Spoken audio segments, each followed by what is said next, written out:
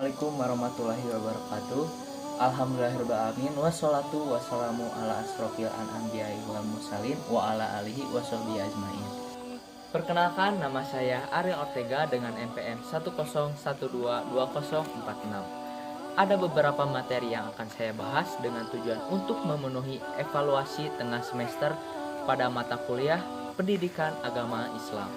Materi yang pertama yang akan saya bahas yaitu Ma'rifatullah, urgensi mengenal Allah. Yang penting dalam materi ini, yang pertama itu ada kepentingan mengingat Allah. Mengenal dan mengingat Allah merupakan suatu yang penting bagi manusia untuk mengetahui siapa penciptanya dan pemilik alam semesta. Definisi lain Ma'rifatullah bukanlah mengenal zat Allah, karena manusia dan akalnya terbatas. Kedua ada Allah Rabbul Alamin atau Allah Sang Pencipta Alam. Allah Subhanahu wa taala berfirman dalam Quran surat Al-Jathiyah ayat 36. Billahi minasyaitonirrajim. Bismillahirrahmanirrahim. Falillahil hamdu rabbis samawati wa rabbil ardi rabbil alamin. Yang artinya, maka segala puji hanya bagi Allah, Tuhan langit dan Tuhan bumi, Tuhan semesta alam. Pengetahuan tentang Allah Subhanahu wa taala harus didukung dengan dalil-dalil yang kuat. Dalil yang dimaksud adalah yang pertama dalil nakli atau nas yang tertulis dalam kitab. Yang kedua dalil akli atau akal dan logika. Dan yang ketiga dalil fitri atau fitrah, naluri dan sunatullah. Ma'rifatullah itu dapat mengantarkan manusia kepada peningkatan iman dan takwa. Dengan itu akan memperoleh asy'adah atau kebahagiaan yang hakiki. Allahu a'lam. Materi yang kedua ada cara menuju Ma'rifatullah.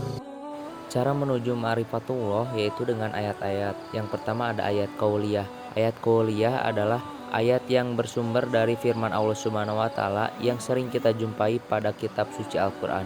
Contohnya, kita adalah umat Islam sangat dianjurkan untuk bersabar ditimpa suatu musibah. Sabar merupakan perbuatan menahan diri sesuai syariat.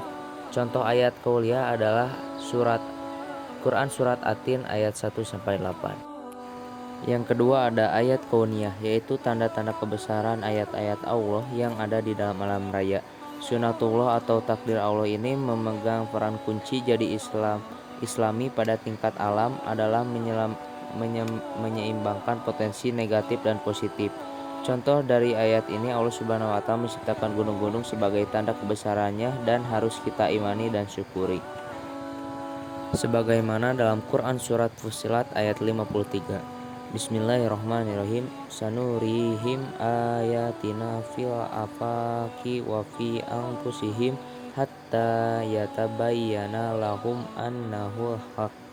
Awalam yakfi bi rabbaka annahu ala kulli syai'in syahid. Cara menuju Ma'rifatullah dengan metode Islam. Yang pertama dengan nakli dan akal.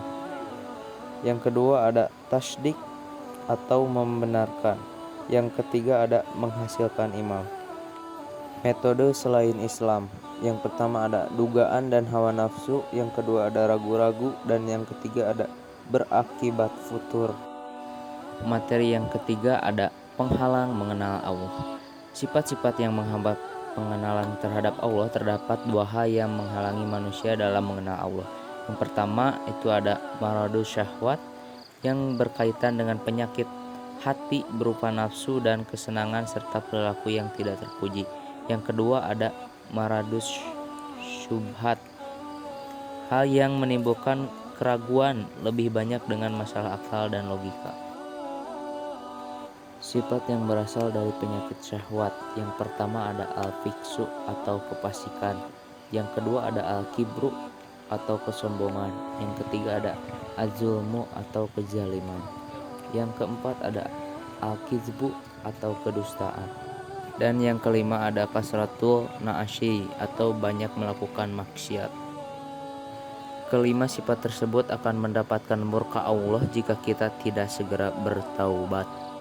Sifat yang berasal dari penyakit syubhat. Yang pertama ada al-jahlu, kejahilan dan kebodohan. Yang kedua ada al-irtiyab atau keraguan-raguan. Yang ketiga ada al-inhiraf atau penyimpangan, dan yang keempat ada al-ghaflah atau kelalaian. Keempat sifat itu berasal dari penyakit syubhat yang akan mengakibatkan adolun. Maka cara mengobati syubhat itu dengan cara memperbanyak ilmu, khususnya ilmu agama. Materi yang keempat ada bukti keberadaan Allah Subhanahu wa taala. Dari bukti keberadaan Allah ada dalil fitrah 1. Dalil fitrah adalah dalil yang lahir dari fitrah asal manusia itu sendiri. Hal ini banyak dirakamkan di dalam Al-Qur'an, bagaimana manusia pada umumnya mengakui kewujudan Allah. Yang kedua ada dalil indrawi, dalil-dalil yang dapat dinikmati, dilihat, dirasai atau disentuh oleh indera. Indera kita dapat menangkap bukti-bukti keberadaannya dengan melihat, mendengar, merasakan atau menyentuhnya. Yang ketiga ada dalil rasional, dalil-dalil yang berdasarkan akal. Bukti rasional dapat kita analisa dengan teori-teori sebab akibat. Segala yang terjadi pasti ada pendapat atau penyebabnya. Namun logika akan mengatakan pasti ada penyebabnya pertama dan utama yang memulai sebab-sebab itu, yang tanpa disebabkan oleh sesuatu yang lain. Yang keempat ada dalil nas, dalil yang berdasarkan kepada nas-nas. Pendekatan dalil akal atau rasional hanya sampai pada kesimpulan adanya zat gaib yang berada di balik alam semesta ini, sebagaimana dalam Quran surat An-Nur ayat 81. Yang kelima ada dalil sejarah, dalil-dalil kekuasaan dan keagungan Allah yang diambil dari peristiwa-peristiwa yang telah berlaku di atas muka bumi. Banyak peristiwa bersejarah di masa lampau semenjak Nabi Adam alaihissalam hingga hari ini yang menunjukkan keberadaan, keagungan, dan kekuasaan Allah, sebagaimana dalam Quran surat Hud ayat 68. Yang keenam ada mengenal keagungan Allah, dan yang terakhir mengesahkan Allah. Dan materi yang terakhir ada ma'rifatullah, tauhidullah atau mengesahkan Allah, sebagaimana dalam Quran surat Toha ayat 14. Bismillahirrahmanirrahim. Inna bi annallahu la ilaha illa anna fa'buduni wa aqimis sholata lidzikri, yang artinya sungguh aku ini Allah, tidak ada Tuhan selain aku, maka sembahlah aku dan laksanakanlah sholat untuk mengingat aku. Yang pertama ada tauhidur rububiyah, artinya mengesahkan rububiyatullah, yakni mengakui dan meyakini Allah Ta'ala sebagai satu-satunya Rob.